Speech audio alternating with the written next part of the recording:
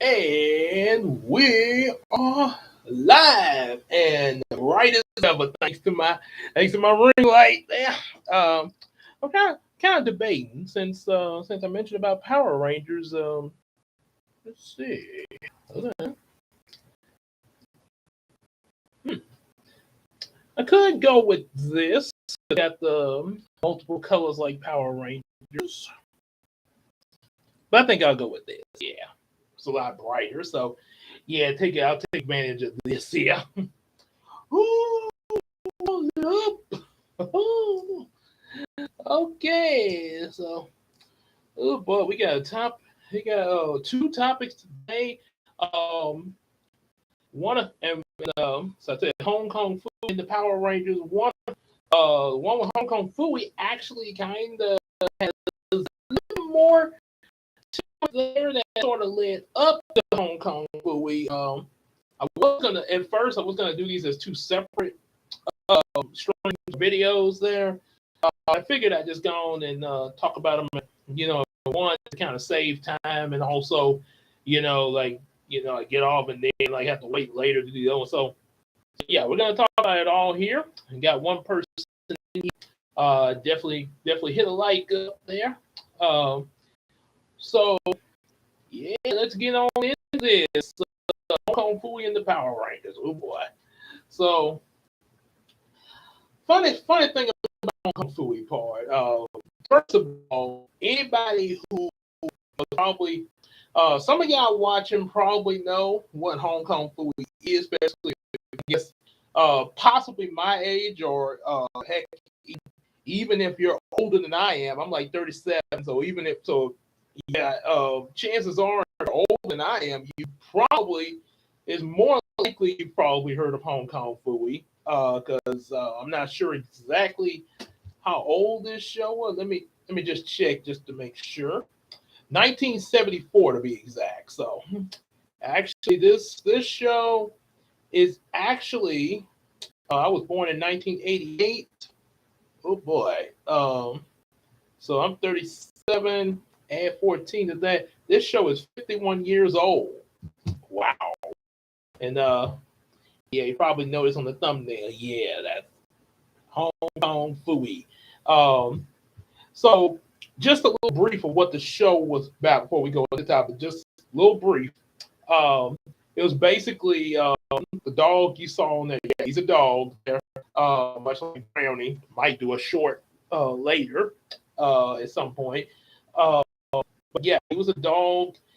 He knew martial arts, and he was also a janitor, mild mannered janitor known as Henry. And when danger called, he turned into this kung fu super Hong Kong Phooey. Yeah, like a kung fu karate kid kind of version of Superman there. And when he be out fighting crime and stuff like that, he uses kung fu powers, and there was always the moment where he would pull out what was called the Book of Hong Kong Phooey to figure out how to get out of situations. Uh, Funny how the villains would just pause for him to do that. Most of them there, and much like anybody ever heard of Inspector Gadget, much like Inspector Gadget, how he would how Inspector Gadget would go out on his missions and stuff, and somehow Penny, his niece, and also their dog Brain would end up using the two of them usually the one that would end up be the reason why he came out successful. Um, Gadget was always kind of unaware of that. He thought he was the one that did it and everything. So yeah, it was all. So yeah, it was Hong Kong Who had this name spot that sometimes Spot stayed behind, and Hong Kong Food would still come out successful. But in a lot of episodes, Spot came with him, and yeah, matter of fact, his transformation from Henry to Hong Kong Phooey, he would jump. And I did this at home when I watched as a kid. He would go inside this little filing cabinet drawer, and with it, he would go in the bottom Oh, message from oh, okay. Just a little message from Rain Roberts. Rain Roberts bringing the storm. Speaking of the storm, she's seeing Jaws for the first time. Yeah, apparently there's a limited release of Jaws I'm aware of. Sort of like they, I think with the Ninja Turtle anniversary, they had a limited release of that for the Jim Henson Ninja Turtle movies for his anniversary, and that's also that also explains why the actors from the Ninja Turtles were at the GeekCon there. So yeah.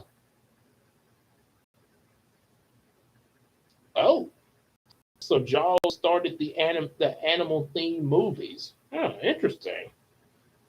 Hmm. Didn't know that there. So just learned something from Rain Roberts there. So yeah, that's what she's at there right after them doing this. So anyway, so yeah, he's in the bottom filing there, the bottom drawer of it as Henry, and then I guess he'd be changing in there like Superman changing in the phone booth. Don't ask me how he does that. Going up because he go up to the top.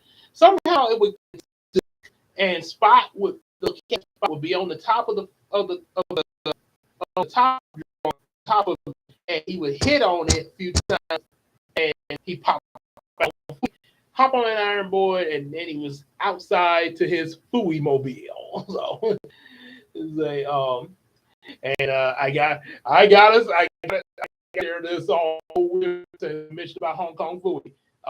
The theme, dun, dun, dun, dun. Who is this superhero? Sarge? No. Rosemary, the telephone operator? No. Henry, the mild-mannered janitor?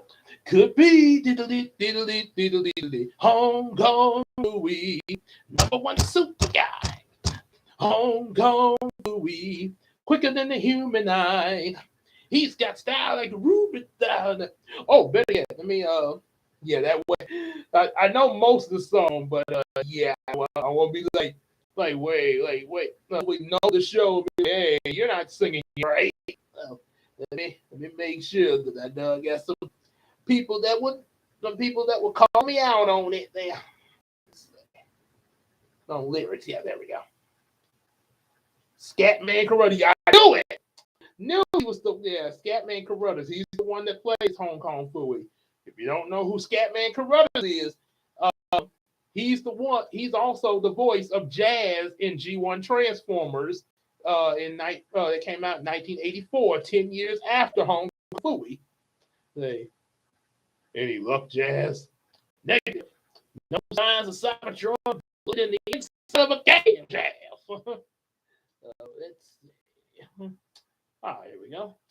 I got the sound down, so just to make sure, just to make sure we don't get copyright for music. Don't copyright me for singing it, though. I'm not the original singer.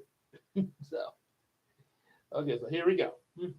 Who is this superhero? Sarge? No. Rosemary, the telephone operator? No. Henry, the mild-mannered janitor? Could be Hong Kong Phooey, number one super guy. Hong Kong Phooey, quicker than the human eye. He's got style, grist down that just won't stop. When the going gets rough, he's super with the Hong Kong Phooey chop. Hi-ya! Hong Kong Phooey, number one super guy. Hong Kong Phooey, quicker than the human eye. Hong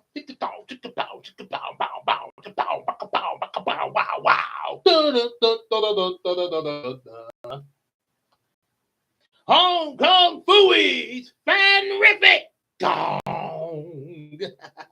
And all this time I thought his name was Henry in his civilian form, but it's Henry. Penry. That was just one letter off. So wow, that's I just discovered that. Now I was calling him Henry all this time when he was in civilian form. Penry. So yeah, that's what it was like. That was a really good show. And it's like, well, how did you get introduced? This show is like 14 years older than you, Gabe. How did you know about this? Well, Cartoon Network. Cartoon Network is responsible for bringing a lot of these old shows to ones that grown up after they came out. It shows from way back in the 60s and 70s. Um, so if you wonder why people like me that's come up like in anywhere in the say 80s, late 80s, 90s, like EJ, how we know about shows like Hong Kong Phooey or the Super Friends, those Super Friends, Adam, possibly Adam West Batman, but yeah, definitely Super Friends or anything like that. Cartoon Network provided it. Yeah, they brought it's and don't get and yeah, Scooby Doo. That's no question. A lot of us that's not really much of a question of how we know about that because yeah, it's an old show and everything.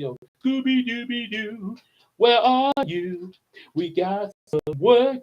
So, but we had the movie with Matthew Lillard in 2000 and all that.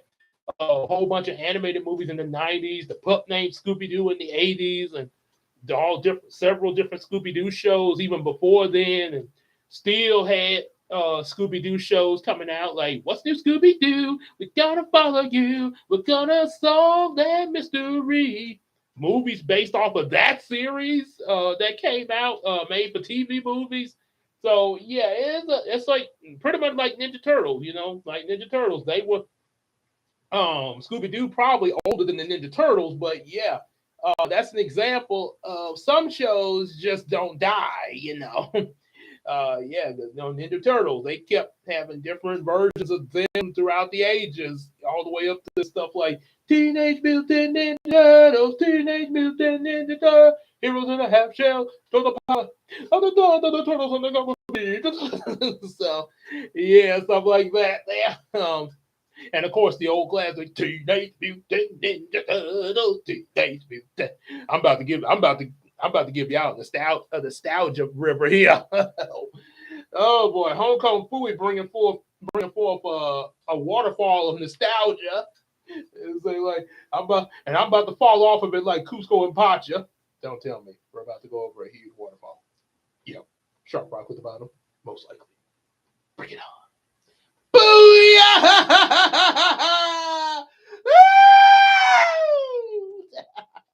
Yeah, y'all wasn't expecting all that now. Trust me, I can do some screams. So trust me. Ah! Dude, I do the Eddie Murphy. It's like, ah! Anywho, we go. I'm sorry, we're going a little. I'm just having fun, okay? I'm sorry. Anyway, let's go back. So yeah, that was with Hong Kong Phooey, Scatman Brothers, all that. What Hong Kong Phooey came on that I discovered them on when I first that I started watching, had no idea how old that show was. It was a segment on Cartoon Network called Mysteries Inc. Sort of like Toonami, but it was specifically, I think it came on like on Sunday evenings, like around 5 o'clock. And it would be like a 2 hour. It'd be 2 hours, and they would just show mystery related cartoons, like Hong Kong Phooey. That was the first one. After that, I think you possibly got Josie and the Pussycats, or maybe it was something else. But I know it was something mystery related. Then I know Jabberjaw was one of the shows that came on. That Jabberjaw, I just don't get no respect. Jabberjaw. And then of course, if you're talking about mysteries, you gotta show Scooby Doo. Yeah, obviously Scooby Doo, and I guess you could say they saved the best for last in the block. Not saying the other shows weren't bad, but yeah, Scooby Doo. I mean, can you blame them? So Yeah, you had all those block of mystery style shows and stuff like that in Hong Kong. So that's how I discovered Hong Kong Phooey as a kid. And even tried to, you know, be like them. I remember I had a action figure one time that it was a Spider Man. I had, well, actually two. I had a Spider Man action figure, and then now I'm not sure if I got the Spider Man action figure from McDonald's or the store, but I just know I had one back in the day. It may have been from McDonald's, possibly, when they had Spider Man toys there, and I also know I had this Peter Parker figure that when you pull his arm, it would flip. You know, you see like those head flip figures in the store. It was one of those kind of figures. It flipped, and you had the Peter Parker head, and when it flipped over, you had Peter Parker, half Spider Man. And I didn't notice then. I thought maybe just for some reason they just put half his mask on. But looking back at it, and thinking of, and learning about the Spider Man and other comics and stuff, like when the MCU came out, and a lot of people on YouTube and stuff started talking about, like, did you know in the comics and this, that, and the other. Um, Apparently, according to Spider Man comics, that half spider thing was actually an indication of his spider sense in the comic books there. So obviously nobody would see that. That was just for the viewers to see. uh so I always used to think that if I flipped that over, people would set up his secret identity, like, you Spider-Man, Peter Parker is Spider-Man.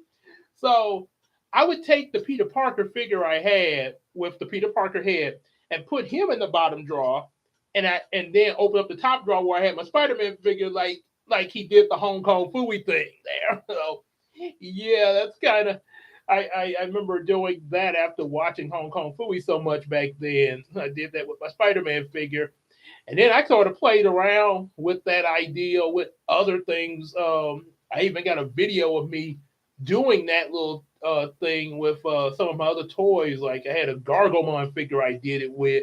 I was like, hey, can you guys find Gargomon? So yeah, something like that there. And, like I was doing a magic trick or something there. Yeah, so there was that. So that's pretty much, yeah, kind of my slight history with Hong Kong food. Not much. Um, and also pretending to be it myself. I call myself Hong Kong Gaby or Hong Kong Gabe or something. Gabe is Hong Kong Gabe? I never knew that. I mean, it's not like the fact that he has Gabe in his name is a hint or anything. Oh my god! So yeah, I did stuff like this. So now, what I want to talk with Hong Kong Phooey, the this was a weird thing that happened last night. That I was like, I got to tell about this. Last Oh, okay, it's the air conditioner. I thought the weather. I thought it was something with the weather outside. I was like, is it about the storm or something? No. I was like, hopefully, at least not yet. Hope maybe like later tonight. Hopefully, because like I said, my wife just went out to get her hair done. There, I'd hate for coming out with a fresh dew, and then all of a sudden she get rained on. There, oh no, know how that? Yeah, yeah. You never. I'm just saying they. I have to put it this way. But you never. That's one thing about when it comes with hair. I'm just stating from what I've observed and also kind of heard people say, and also observed for myself. Um, the thing most black people, like especially black women, when their hair is not very water does not do their. I mean they get it washed up, but yeah, you do not want to, like, after they've got their hair like fixed up and everything and it's done, like they just got out the salon and everything. That's why they be wearing caps and stuff whenever not only just when they're cooking in a restaurant, like working fast food and stuff like that, for health reasons, but also to protect their hairstyle and everything, especially and or just their hair in general, especially like when they go in the when they shower or something like that. They put those hats on because they don't because like I say if water sprays on their hair after it's been done, that messes their hair up and it is not pretty. I experienced that the hard way from my mother. I was in big trouble once because like we had the like the bathtubs. They got the shower knob and the bath knob. You can either take a bath or a shower. I had so I had just I had took I obviously was taking a shower at this point. I think I was like in high school. All of a sudden, the thing was I had forgot to turn it on. Back to the bath knob there. I was asleep, and all of a sudden, I'm like, Gabe, come in here right now. Uh, yes, mom. And her hair was wet, and as my as one of my uncles would say, the one that's a pastor, what he said this about the prodigal son when he preached about the prodigal son's older brother. He was mad spelled backwards. Well, yeah, you figured that out. Matt, just the word man spelled backwards. Put an N on it. Don't put it in the comment section. Yeah, we're trying to keep this video family. That's why I just stated that sort of like cat in the hat. When they was doing all them acronyms there, and he spelled out one particular one. Uh, the super hydraulic instant transportation. Oh, you mean get this on? So yeah, yeah, you get it. If you get it, you get it. Don't try putting it. Don't try answering it though. Yeah, if you get it, you get it. Yeah, okay. As Daffy say, keep it clean, keep it clean, keep it clean. So yeah, we'll save that for Adult Swim now. So anyway, but yeah, she was mad. She was mad. She was very, very mad. And I think it happened again once. I forgot. She told me. She said, Gabe, this happens one more time. I think you could pretty much figure what was probably going to happen. And I was like, okay, mom.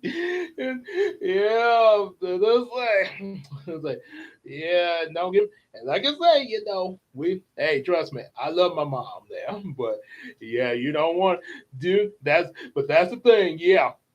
Yeah, like I say, I was in the wrong on that. Trust me, yeah, I forget, but yeah, like I say, I should have. Yeah, like I say, you don't. That's why I said that in reference, with the hair thing. Yeah, you don't want to get a black woman's hair wet after they've got it done. That is ooh, that's a yeah. Um, it's almost similar to Mrs. Puff's reaction in SpongeBob when he say to one of the when he's Mr. Crab was trying to ask her out, but he couldn't get his words out. He says he wants to hit you with a rake. Goodness! Try to guess your weight. Well, yeah, uh-huh. You see, wait, and don't, and that definitely not the age thing. That's a lesson. That's all. That's most any women, regardless of what the race is. Yeah, age and weight. Yeah, and I don't think they have to worry about that for me. Yeah, I ain't gonna say nothing about no weight now. Hey, hey, yeah, Gabe ain't gonna make no jokes about that now. Yeah, yeah. So y'all good with me. So, uh, but yeah, do you ever want to get their hair wet? Um, now, like I say, this is just from observation. A white lady, they, they're. I mean, now it could, like I say, I'm not. It might not be all of them. Just like with a black woman, some of them like hair getting wet might not bother them, but most of them do. Like my mother, most white ladies getting their hair wet on bottom. Matter of fact, yeah, it's like they're like, ooh, yeah. So that don't even bother. Most of it don't bother them there. But you get a few that might. That yeah, they might not want to get that. Maybe they got a certain style they don't want to come out of place. So just saying. Um, so that's just from observation. Yeah. So yeah, that's why I say hopefully it don't rain on my wife there. Yeah, they definitely don't want that to happen there. And yeah, or any lady, regardless of the rate that may be trying to keep a certain style and they don't want to get messed up, regardless of what ethnicity they are. So I'm just saying, but that's the majority observation there. So anyway, let's say back to what he was about to say about Hong Kong Phooey in the dream. So, and if you're wondering, like, what the heck is he doing down there? Just kind of fidgeting there. Yeah, sometimes they say, I guess it's a, yeah, they say that's a lot of time a thing with both, sometimes with both autism and ADHD. Yeah, like I say. And again, not a disease. So, anybody who doesn't know. So, anyway, with that, so what happened was last night I had a dream. I have a dream. No, not that dream. not that kind of dream. Yeah, but that wasn't a bad dream though. Yeah, Martin Luther King, not a bad dream, but it wasn't that one. Dream I had, it started. Well, honestly, I'm not sure what order it went in, but that's why I'm trying to tell it now before it goes away, and I'm like, oh, I don't remember it. So the sequence of events that happened. Not sure of the order. I'm just telling them as I can remember them. There was one part that I know there was part of the dream where we were here at my house right here. And here at my house, my grandparents were over here. My grand and big papa, they were here. I think we were watching some movies or something like that, or just hanging out. It was grand and big papa, and also not going to call their names for privacy protection, but some of my coworkers were here at the house there. Some of my coworkers, yeah, few of them, uh, and all of us were just chilling and stuff like that. It's hanging out. So it's sort of like when the Miracle Crew comes over, we be talking about like, hey, what do you think about that movie? Yeah, just kind of chilling and stuff there. What's up? How y'all doing?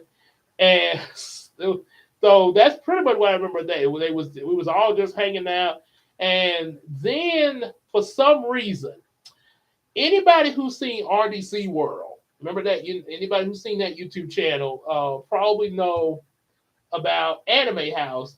In my opinion, I think Anime House from the RDC World channel is their best video series.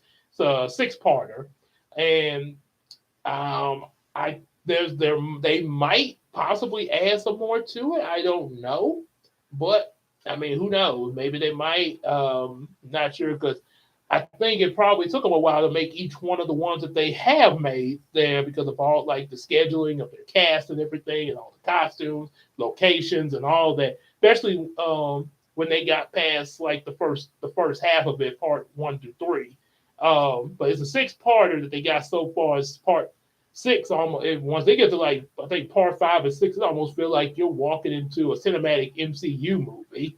Uh, so suddenly, yeah, RDC World, the people from that channel showed up, dressed up like they was an Anime House, along with my coworker, just once again, just chilling. And it looked like my house turned into their house out of nowhere. do, do, do, do, do, do. Yeah, kind of making me think of that opening scene. And just letting y'all know, if you check it out, it's not really for kids. It's more adult. It is. It is a good thing. Yeah, definitely. I do recommend you check it out. But like just letting you know, it's more adult there. Yeah, it's possible you could see it if you're a teenager, 14 and above, like that. But yeah, I would not. Yeah, don't no. Nobody under 14. No. Yeah, that's just saying. That's my. That's from what I've seen in it. Yeah, but yeah, definitely check it out. Um, but yeah, like that little opening scene, the Inuyasha was getting on what's his name, Spike. I think Spike was getting on Inuyasha's nerve with his theme song playing early in the morning. Yeah. So anyway, yeah, it was that going on, and so there's a character in there from an anime, the Death Note, called Light. Light, and I think there's a friend of his, well, somewhat a friend of his named L. And that the two of them kind of are the cause of the main plot in this throughout the whole six-parter. Of course, there are other things that go on because it's like a reality show. Those other little plots up like that, but I think the main one really stems from Light and L there. And that plays into the finale in part six. So in the dream, it start yeah. That for some reason, I think I turned. I was my form was flipping between me and Light because I came up like, hey y'all, I'm going to the store, just like in the Anime House movie. Like I'm going out to the store, and the person that was dressed up like Son, like I mean, like I think I think he was dressed up like either like think of yeah Spike from Cowboy Bebop. He's like and I don't think so. I was like, yes, I'm going to the store, okay. And then one of my coworkers came up. Looked. I guess me and him were. I guess I was getting kind of because I was kind of getting upset about it there, like I was gonna jump Spike or something. And one of my coworkers came was like, hey, okay, okay, look, you're going to the store, just go. Don't worry about him, okay? Go on to the store. Like, you need to stop messing with folks like that, Spike. I just don't trust. Well, well, I don't like you acting all like that, Spike. Why you gotta be so mean to folks? Yeah. Like I say, not saying a name, but the particular coworker that was speaking to Spike like this, that's actually kind of how she talks there. Got real kind of because it's you got some really heavy voiced women there. So like Whoopi Goldberg, it's got and she got she be smooth when she speak, especially as the hyenas Shinzi. Well, Banzai, what have we got here? It's saying or I think it was another scene. The trying to think Shinzi said we wait for the signal from Scar. There he is. Let's go. Or a better example of how smooth Whoopi Goldberg's voice is, cause that of her deep voice. Our friend Martin, when she plays the museum curator, it's like no autographs, photo shoots, nothing. Okay, my good side's a little off. Stunning earn's eye. Anyway, this place is the home of Dr. Martin Luther King Jr. when he was no bigger than you guys.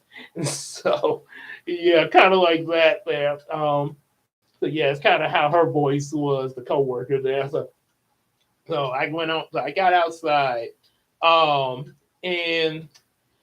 then it all of a sudden the outside of the yard seemed like it turned into Joella Avenue by this bridge that goes over the train yard there.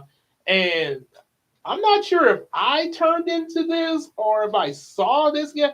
But I remember John Arbuckle all of a sudden was just walking down like kind of a weird sidewalk, and some sort of like in one of the episodes of Garfield and Friends, like somebody was trying to sell him something, and I think it was probably somebody similar to Mr. Swindler there.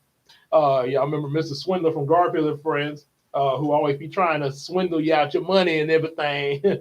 And then of course they also have a guy from this magazine subscription, Sponge Illustrated there. So yeah, something like that there. And John got upset there. Then as I'm coming back, then all of a sudden I saw Walmart, and then I was coming back to the house.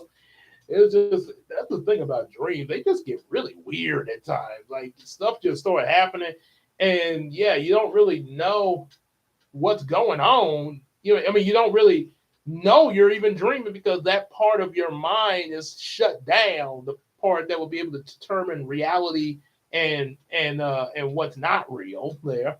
So um, so what happened?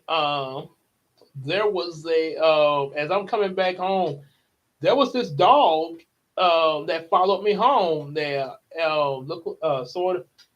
I want to say it looked like a hound, like a brown hound dog. There, real friendly though. But followed me home, so I was like, okay, dog, okay, what's up? We got home with the dog, and out of nowhere there was a dog house for the dog. Because then I remember as I got back to the house, for some reason there was a big TV popped up on the outside of the house, and I went to look at the TV because it turned itself on. And the first thing that played on the TV, when they got it was I don't know what show was playing, but they went to commercial break.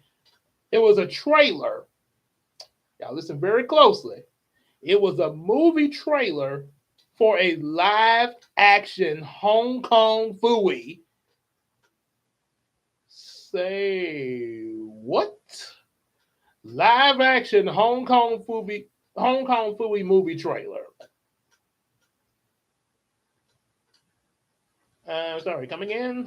So live action Hong Kong Phooey movie trailer. Okay, yeah, I heard you. I just what? As in I can't believe this. Yeah. Now now just to clarify something, I'm not one. I try to give movies a chance. A lot of the live action Disney remakes, I actually enjoy. The only live action Disney, as if you didn't hear my previous Snow White and the mini remakes that me and Christina made after we saw Snow White, we mentioned about we was talking about the Snow White movie. We also mentioned a little bit about the other live action remakes, and what we thought of some of briefly what we thought of some of them, and mainly with Snow White there. Um, Snow White, good. Both live action and animated, good. Um, um, Pinocchio, original and remake, both of them are good movies. Aladdin, good movies, both live action and animated. With Robin Williams and Will Smith. Live action Lion King and animated Lion King, still good movies. Really surprised, especially with the how the cast played and performed in both versions there. Um, and Little Mermaid, we really enjoyed uh, not both animated and the live action. Best of both worlds with that.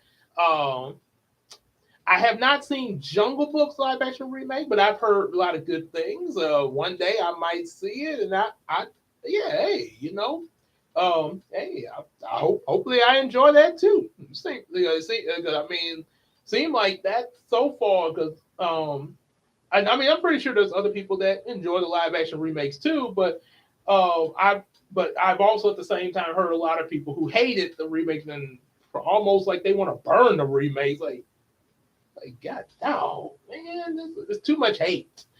But and and of course Mulan, both animated and remake. The remake actually does some things of the animated Mulan, but also does something different because they actually draw from the Mulan version that came before Disney made it. With Mushu as a dragon in one scene, and not I mean as a phoenix instead of a dragon.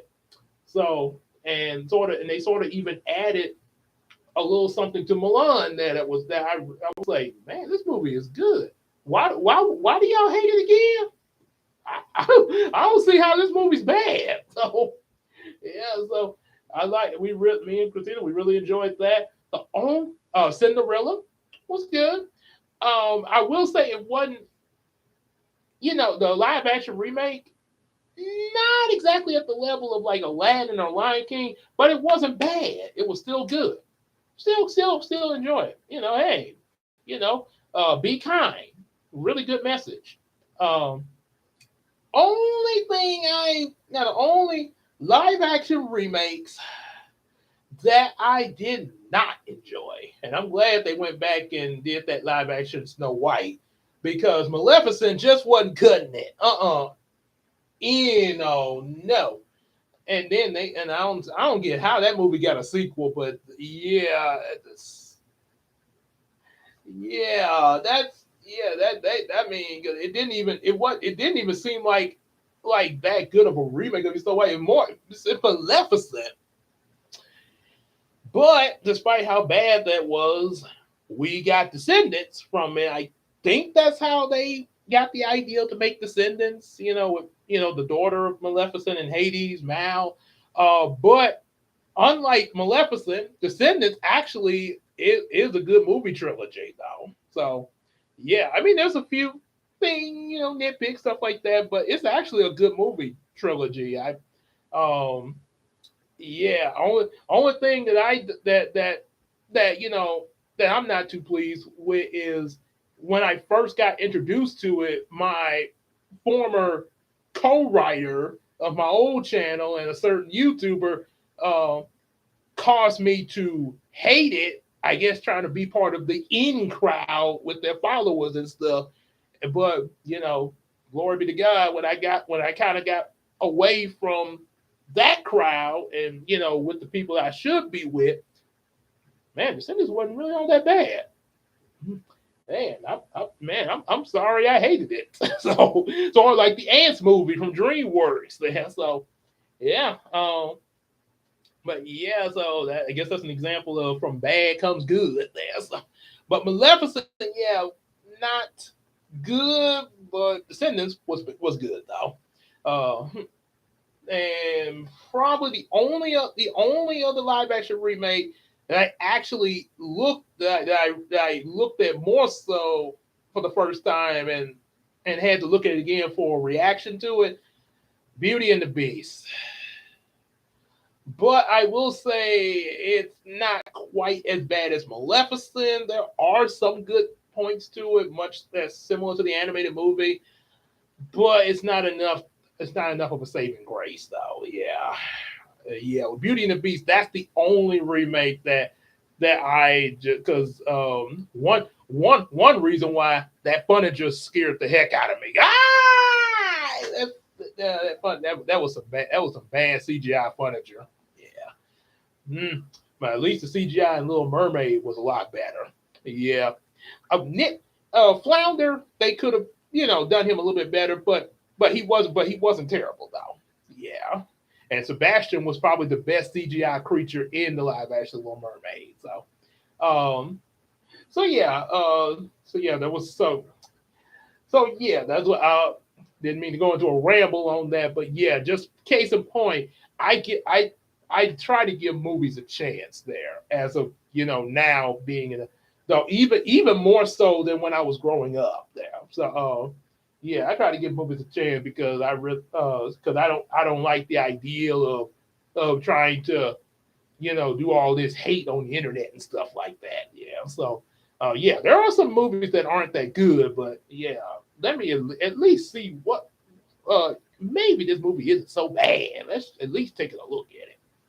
Um, so yeah, a live action Hong Kong Phooey movie wouldn't be such a bad idea, but the one in my dream, yeah, hopefully if they do a live action Hong Kong Phooey movie, uh, hopefully it's a lot better than what was in my dream. This what was in my dream. They show okay, like take a look at this picture of Hong Kong Phooey again. Let's go back. Yeah, take a look at these pictures. Look at that. Look at that. He's a brown. You can clearly see he's a brown dog. Kind of like, matter of fact, he kind of got his color scheme, especially the head and his ears, look similar to Brownie's color scheme. Almost similar. Light brown and dark brown ears there. Um, so I could definitely see Brownie cosplaying Hong Kong Phooey.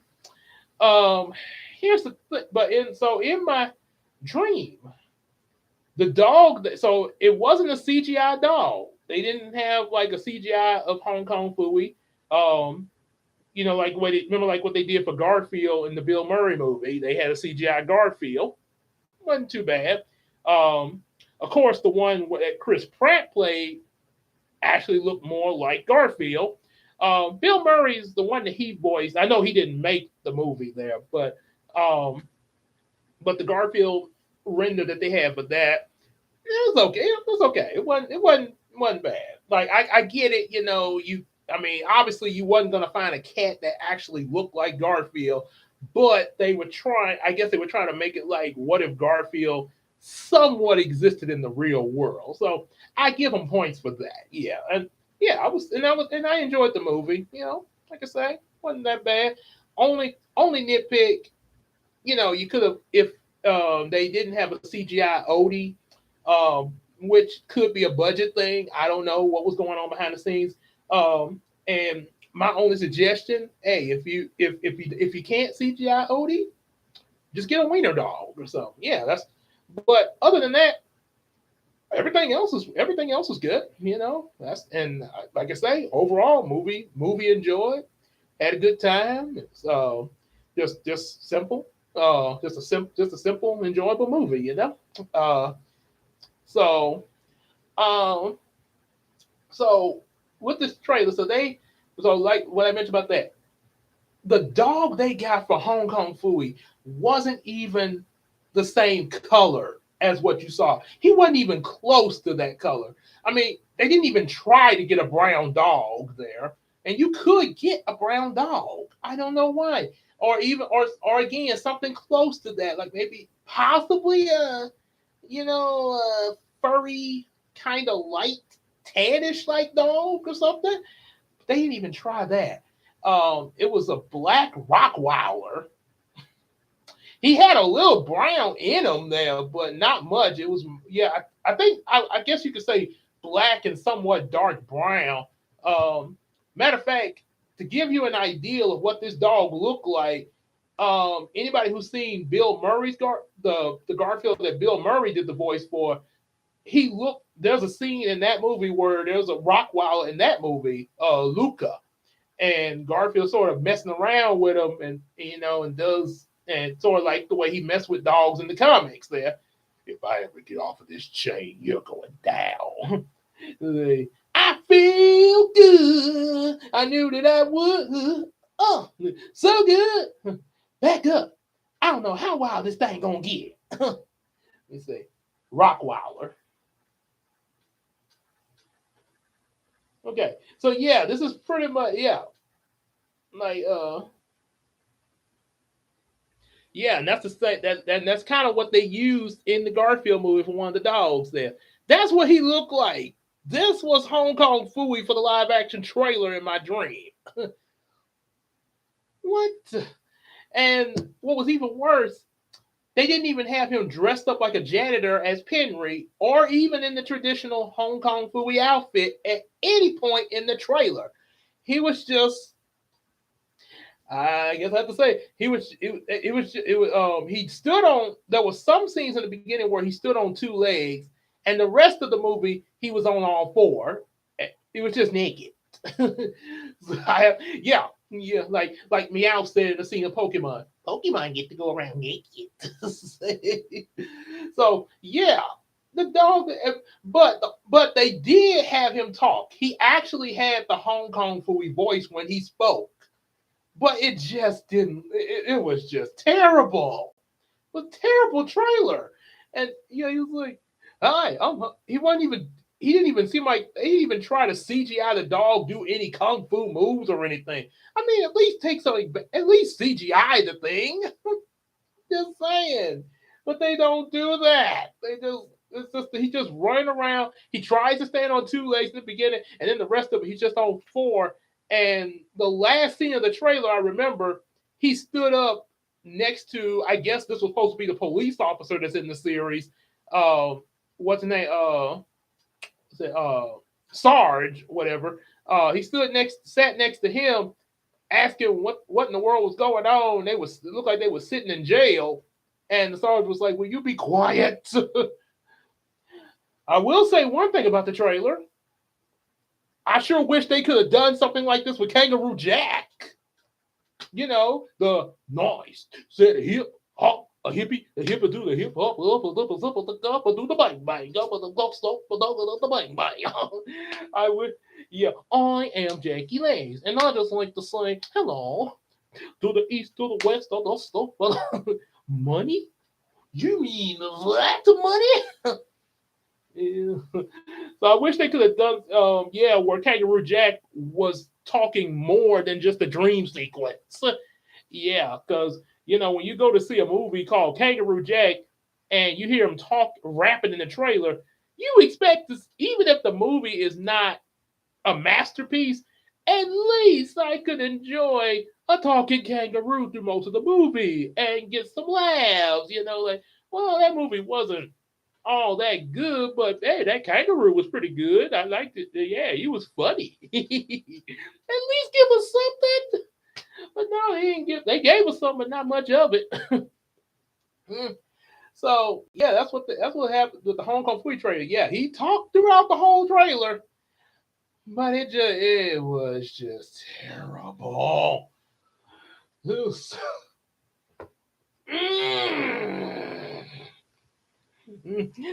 Almost make me feel like my uncle when he got mad. Is you getting me? Is you getting me? Let me go. Let me go. I don't like what they did with this trailer. I don't like what it said. I don't like what this trailer said to me. Oh, ho, ho, ho. Oh, ho, ho, ho. Ooh. Big vibes when I get into stuff, good or bad. I really get it. I really emote. Yeah. Sometimes it goes. Sometimes, yes, I can go a little overboard, but trust me, if I'm acting in something, I'm gonna emote. Again, I might go overboard a little bit. I will admit to that, but at least I'm emoting, and at least you believe what you're seeing and what I'm playing. so, so yeah, terrible Hong Kong Phooey trailer. And the last thing I remember in the dream, the dog that followed me home, suddenly he got up next to the TV. He just appeared next to the TV, um, and walked over toward me. And as he was walking toward me, he changed into this little boy from That's So Raven, Stanley. You remember the one that always be trying to that him and Corey be sort of at each other there. And like, get this ball. Yeah, he turned into Stanley from That's So Raven and was like, "What's wrong, Gabe?" And was like, "What's wrong? You didn't like that trailer?" then went back to the doghouse, turned back into the dog. So that was really weird there.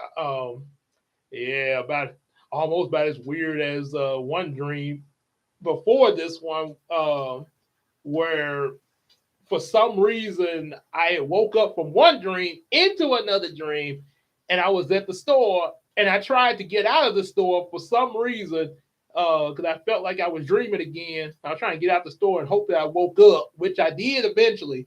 But before I woke up,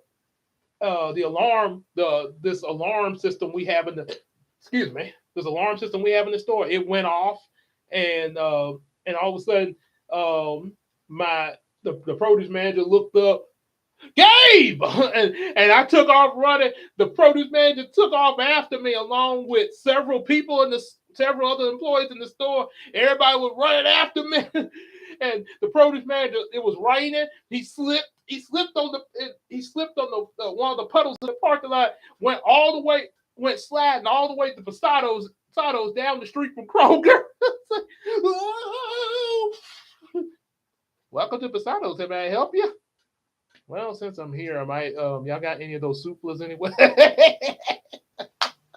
Got any of those souplas? And uh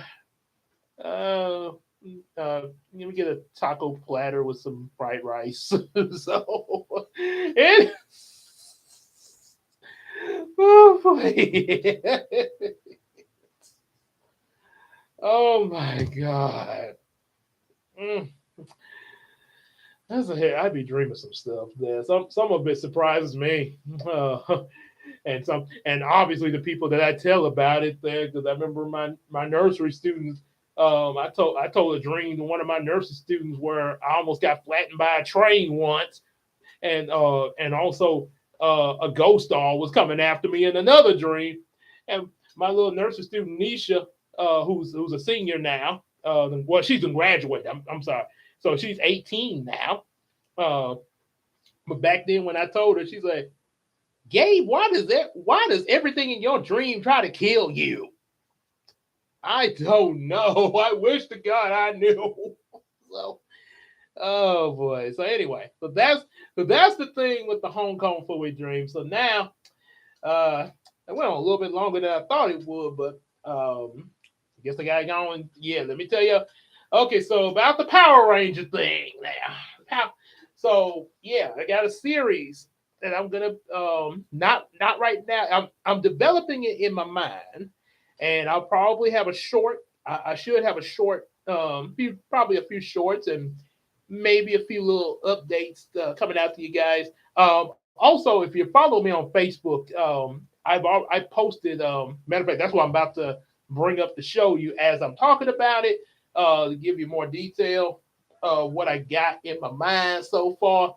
Um, this is a series called Wild On, and it is connected with Yumiko. Now, the thing is, they're in two different universes, sort of like how Bubblina is in its own universe.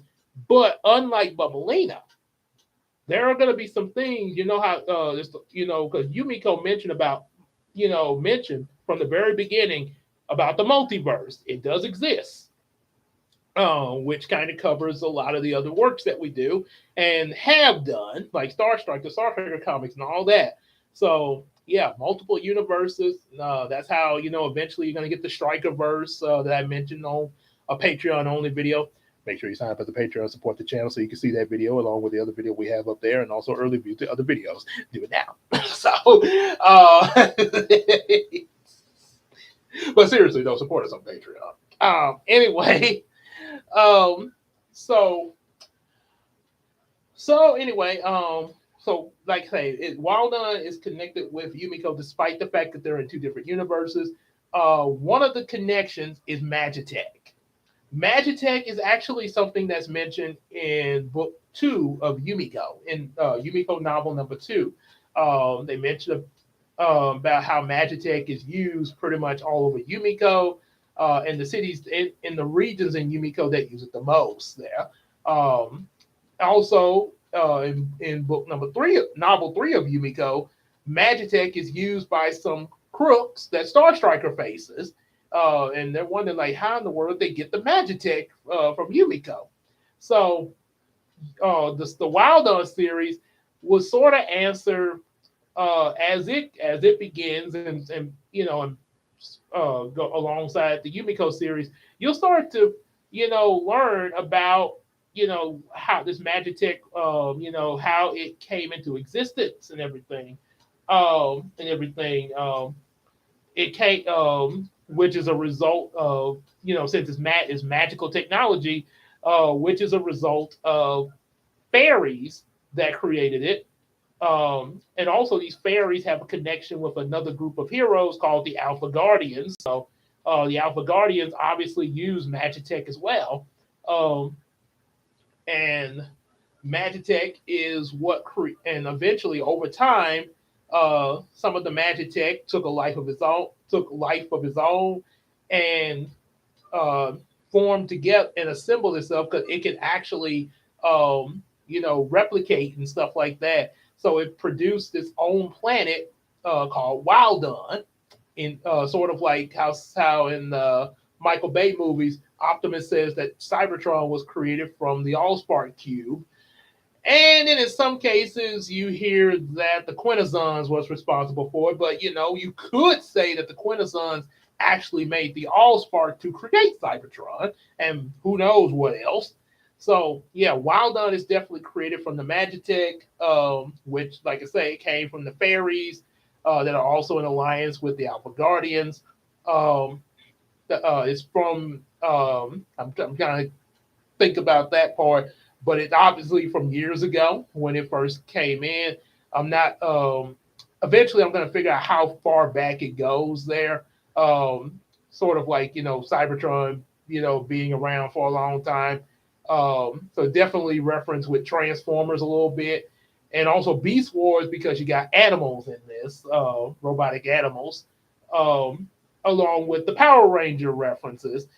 This is how you get that into play. So much similar to the Autobots and Decepticons. The Wildenites, that's the citizens of the Wildon planet, were just chilling, living in peace on their planet. They're these robotic animals that call themselves Wildenites. But suddenly, and there might be some other robotic beings mixed in there. Um, Suddenly, there was a group of Wildenites that were like, we should be ruling the galaxy and all organic life. Everything should be technological. Sort of like the Decepticons that was mega. What's up, EJ? The one EJS in his heels. Woo, woo, woo, woo, woo, woo. So, oh boy. So yeah, remember like how Megatron he really hated organics, the Decepticon Megatron, and I think his spark corrupted the Predacon Megatron a little bit. That's why we got the way he was in Beast Machines there. So the Decepticon Megatron, yeah. So much like him, um, there's this evil queen that rises up. I'm going to tell you her name in a minute. Evil queen that rises up. And creates her own army, and they call themselves the Kilo Hunters. This is actually something you're going to hear about in My Heroes of Dream books too. The Kilo Hunters there. Actually, I think it was in book number 10. Yeah, Kilo Hunters. So, so the Kilo Hunters they wage war with the other Wilder Knights, and eventually a lot worse than Cybertron, it ends up resulting in the planet being destroyed and a lot of the citizens being disassembled there. Over time, they make their way to the Earth that's going to be featured in the Wild On series, not the same one in Yumiko, and start to reassemble in Africa. I got to think of got to think of where it'll be, but I know it's going to be in Africa. Um, Among like with the blending in with the animals and stuff like that, and they also uh, and the fairies come down to kind of help them, you know, just sort of chill and be at peace with their neighboring earthlings and everything. So the fairies are kind of helping out with this and everything. But then, of course, the killer hunters are starting to assemble, and it won't be too long before they arrive. So the fairies have to make preparations and appoint some chosen warriors to bond with the wild with some of Wildon's power. And when these killer hunters arrive, they'll be able to face them, pretty much like the Power Rangers against Rita Repulsa. The one EJ. Oh, we got. Oh, so you signed in on two accounts now? We got. Is it? So we. Let's say. So what you signed in on two accounts there, EJ, or just one now? Hmm. I know sometimes I do that, like when I be signing on my phone and on the lap while I'm live in there. Oh yeah, I know. Well, I know you got more than one. Yeah, I know I got a few accounts too. But I was wondering, were you signed into both of them at the same time? Ah, okay. That's what I was. That's what I was just wondering. Yeah, pretty slick, huh? and my big papa say pretty slick. so yeah, and then of course the battles between this witch and the Wildon warriors begin. Oh, okay, cool. Uh-huh. So they begin now. Let me tell you. Let me show you what I got in the pictures, and I'm gonna have a short up probably later tonight there. I'll show you my wild on picks. Okay, so first we got Johnson Douglas. Yes, I know, because my last name Johnson, and most people in my family last name are Douglas. So John, that actually was a name I made up years ago when I was a kid, but I never, I never thought of like what I could use the character in there. Um, However, you come back here Saturday, you will see the first time that I actually used Johnson Douglas in a published work. But so this will be the second time. This will be the second time that Johnson Douglas is used. Um, and to say, and these gonna be middle school kids, by the way, most of them. Um, but yeah, some people call him Johnny for short, and he is the Red Beetle.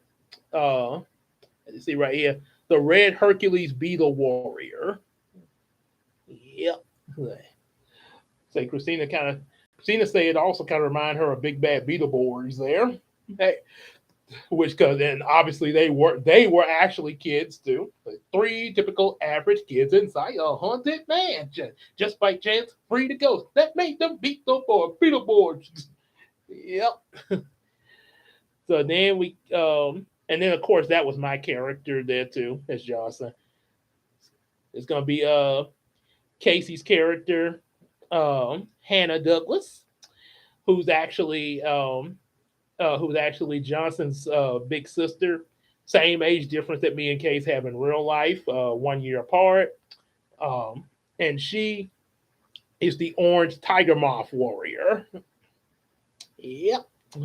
And this is actually the insect that she chose for her.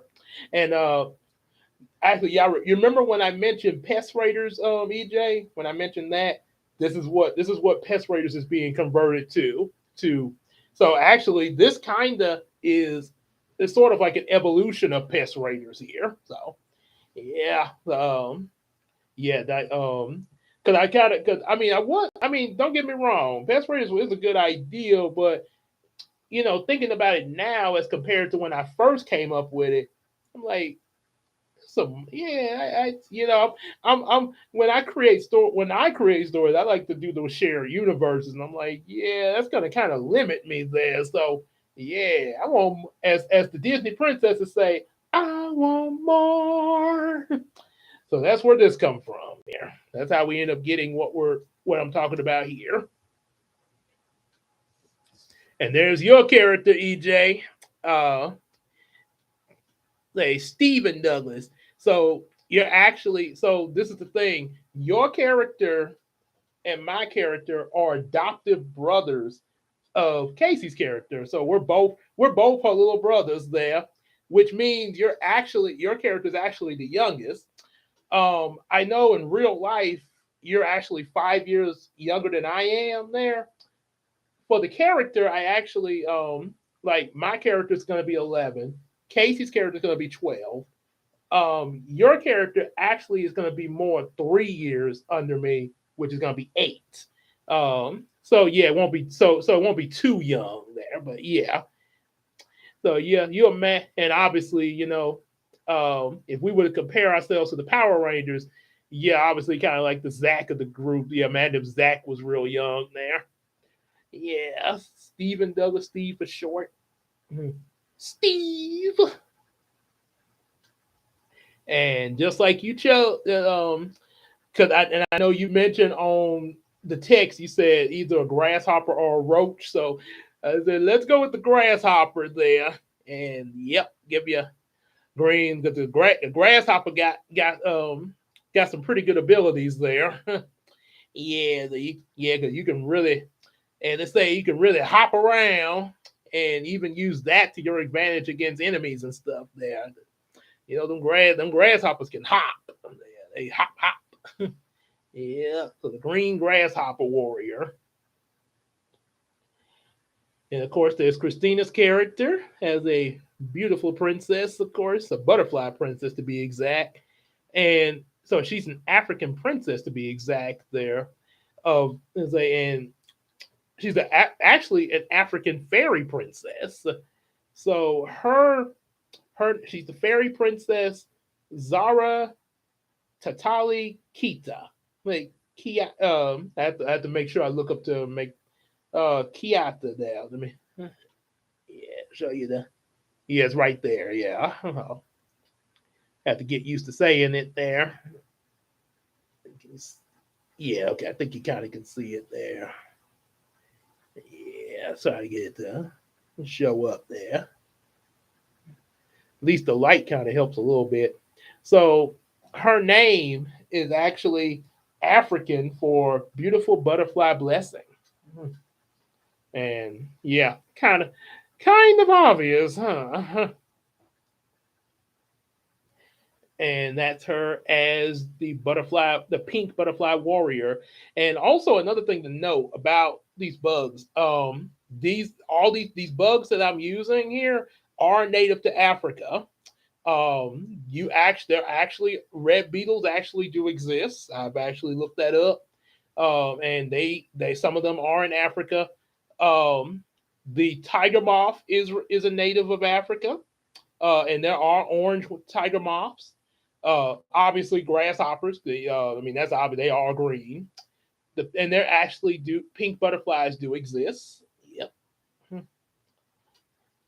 And for our fifth member, um, I'm just gonna say it because I've actually said his name before. A friend of mine named Brandon Green. Kind of imagining him as this character. Only difference is he's actually because I wanted to mix things up a little bit with the the ethnicities of the character. So I made him Hispanic there, and also because my boy Brandon in real life, now he's not Hispanic in real life, but he's real light skinned, and he sort of because I think we've actually talked about it amongst each other before. Like, dude, you could. Well, actually, we said he could pass for a mixed person, but he could also pass for some other ethnicities there. So, yeah, why not? Why not Hispanic? Nicholas, it's gonna be his character name, Nicholas Perez, Nick or Nicky for short. Yep, Perez, and his uh his name is the Spanish translation for bursting with victory, hmm. And that's him as the blue ghost firefly warrior. And yes, I did not make this one up. I didn't make the bug up there because there actually are blue fireflies that exist, and that's what people call them because they glow in blue light. They call them blue ghosts. There, interesting. Yeah, there we go. Yeah, and that's another picture of Princess Zara. Um, I actually had two pictures that came up, and I asked Christina like which one she liked best. She actually liked both of them. The first one that I showed you, she said that looked more adorable and cute. For being a preteen there, 12 years old. Um, and as for this picture of her, looked more like her as a teenager. So okay, I said this will be her in the future then, with bigger butterfly wings there. Yep. And of course, the villain and the evil android witch. Okay. The evil android witch Empress uh, Shatani Mabaya, with of her followers, the Killer Hunters, and her name basically translates to an evil devil in Swahili. Yeah, so and that's what she looks like here. Yeah, pretty much. Oops, I didn't mean to do that there. Okay. Okay, here we go. Yeah. Okay, why would I turn this around? Okay, now, yeah, there you go. And some, I just went on and put them all in there. That's her on her throne there. And of course, she's got to have her right hand man, or bull in this case. We got Boxon, a golden android bull wrestler, and her right hand servant. Pretty much like Goldar to Rita. Yeah, Boxon. Now, that's it. Now, the Boxon is a name I made up. That I didn't look that up or anything. I just made that. It's actually I've actually used them in some in Kroger Force there as version number 4. Yeah, like the a boxing bull. Yeah, and quite the champion. And of course, there's a left hand servant. There's a left hand servant, Pumo, the silver android pig sumo wrestler. Yeah, you don't want to mess with him. Yeah, yeah, because you know she got more than one lackey. We should have stopped doing that. Here we go. That's yep, another picture of him there. And then of course you got this little guy, Racker, a blue armored android uh Gabonian Gabonian pouch rat.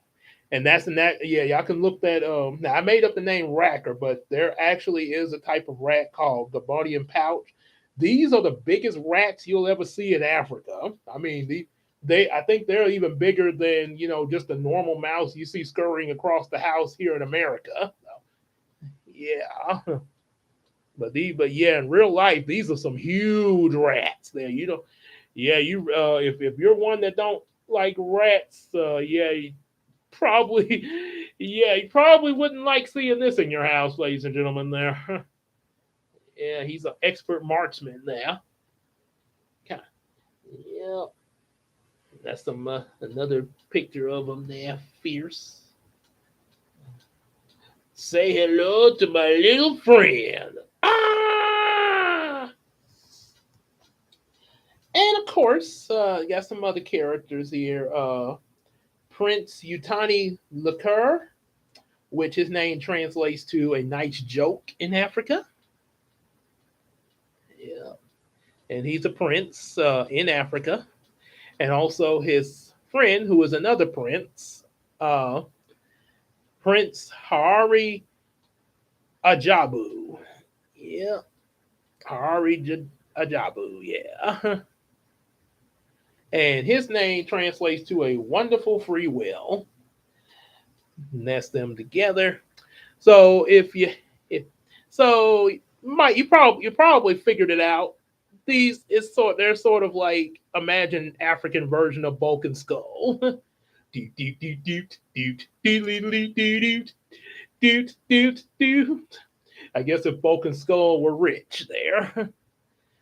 And why do they have hearts in their eyes in this picture? They sort of have their eyes for the princess, of course, who's not really that interested there.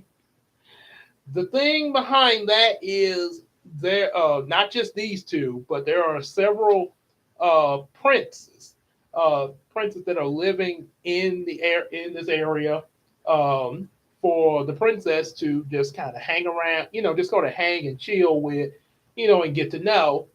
And when she becomes of age, like, anywhere past 18, she would be able to choose which one she wants to marry. And the two of them obviously become the new king and queen there. And the princes that are chosen for her to select from, a lot of these are princes that are not firstborn, because as we all know in royalty, when you're the firstborn, be it whether you're a prince or a princess, if you're the firstborn, um, you're usually the one that is appointed to rule. And I don't know if it works this way, but I guess if the firstborn declines, then if they had then whoever, like their little sibling or anything, then it would fall to them, the kingdom, if they declined it there. But yeah, normally is the firstborn. That's usually the tradition of royalty. So, of course, the two that the Vulcan skull that I showed you, obviously they're not firstborn of their kingdom. So, they're the perfect selections to bring over for Princess Zara, who is the firstborn. And so they would, because obviously the older siblings would be ruling their kingdom. So yeah, they have to marry into another kingdom there. At least that's what I've heard. Yeah, she's not too interested. And of course, her fairy king, her father, which is the fairy king, Z, excuse me, Zadai Kita, which translates to more blessings. Look kind of familiar to you there. This is he's supposed to be also, he's the fairy king, and he's also like the Zordon of the Wildon warriors there. Except he's not in a interdimensional tube or anything. Um, Funny story is how I got this image. I actually put in the AI James Earl Jones as Zordon, and this is what came up. Yeah, that's what came up. Yeah. I got a text from Queen Tina. She's okay. She just finished getting her hair done, and heading off to the grocery store. So got a little more time here. Excuse me. Finish this up here. And this little guy is called Ario, which translates to eagerness. Yep, he's pretty much an android, pretty much like he's king. He's the assistant to the king, sort of like Alpha the Zordon there. Hmm. An ant android, by the way. Ay, ay, ay, ay, ay. And that's what I got so far for a while done of of information on that, the pictures there. Again, like I say, I will put up probably a couple of shorts on that in a little bit there.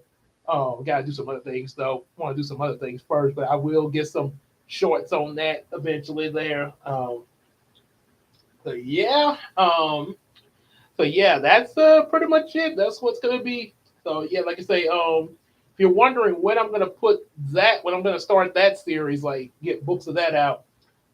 First, like you see, we got the okay, like next Saturday we're gonna have the play for Brownie's rescue mission on Uranus. So we're gonna have that play and everything. Let me get some water here. Throat getting dry. Oh boy, dry throat is no joke.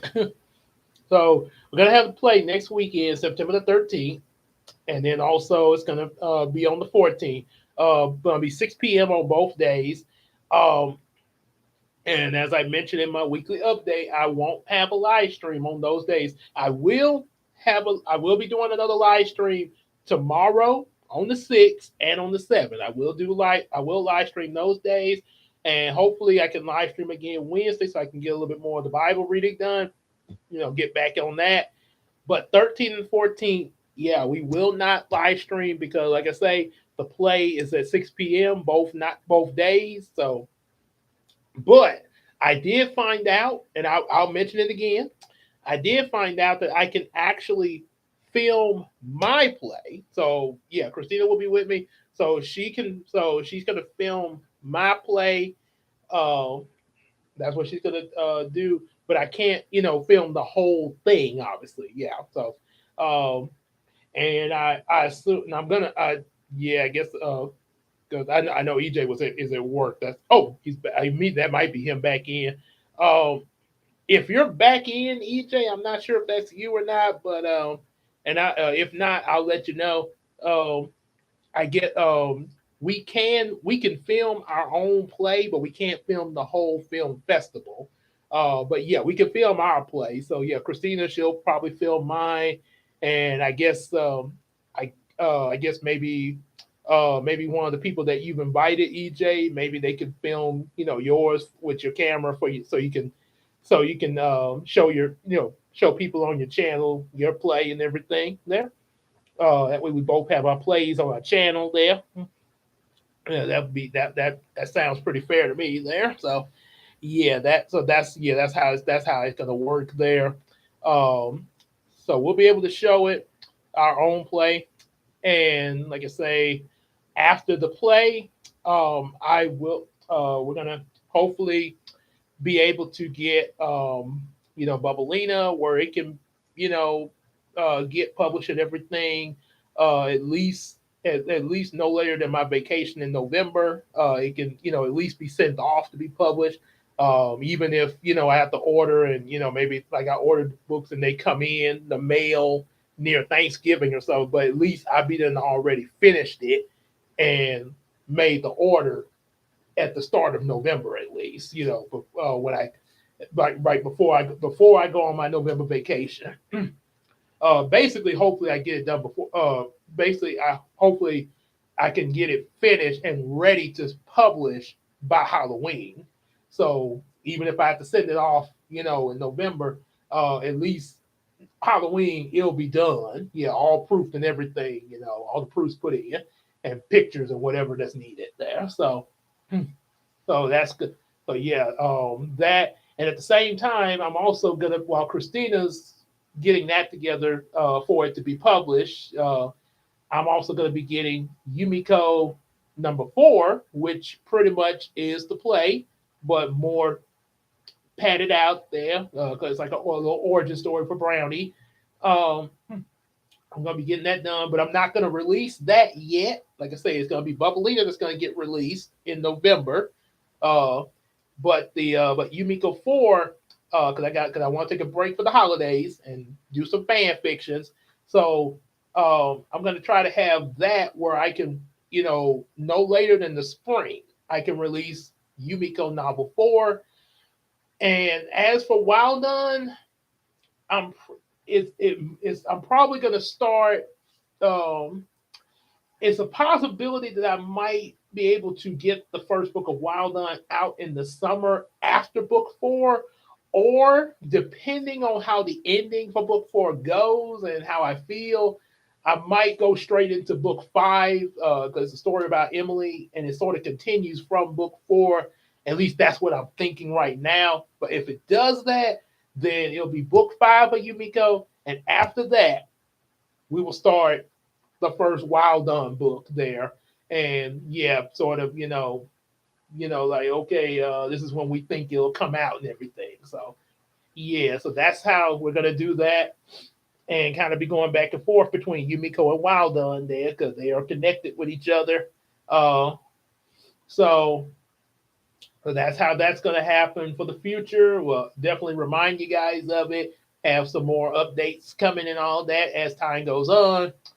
And yeah, it's pretty much that's pretty much going to be it. And also, hopefully before this year is over, um, after the play is done, how I met EJ and how I met Casey videos there, as well as also um, our little Halloween review of how well does the live action Scooby Doo movie with Matthew Lillard holds up. So yeah, so like I say, that's what we got coming, and looking forward for us doing. Probably still talk about some movies next year with the Miracle Crew, but hopefully do some more stuff together than just movie reviews. So yeah, that's gonna happen. Yeah, and yep, like I say. Oh, excuse me a second. Okay, so enjoy it. Like what you heard and hear and everything. Definitely like, share, and subscribe, and definitely get our available books, as I've mentioned, and definitely with the like, share, subscribe, and buying the books. Definitely support us on that Patreon. Support the channel. You like what you've been hearing on here? Support the channel on Patreon there, just like Iceman Universe does.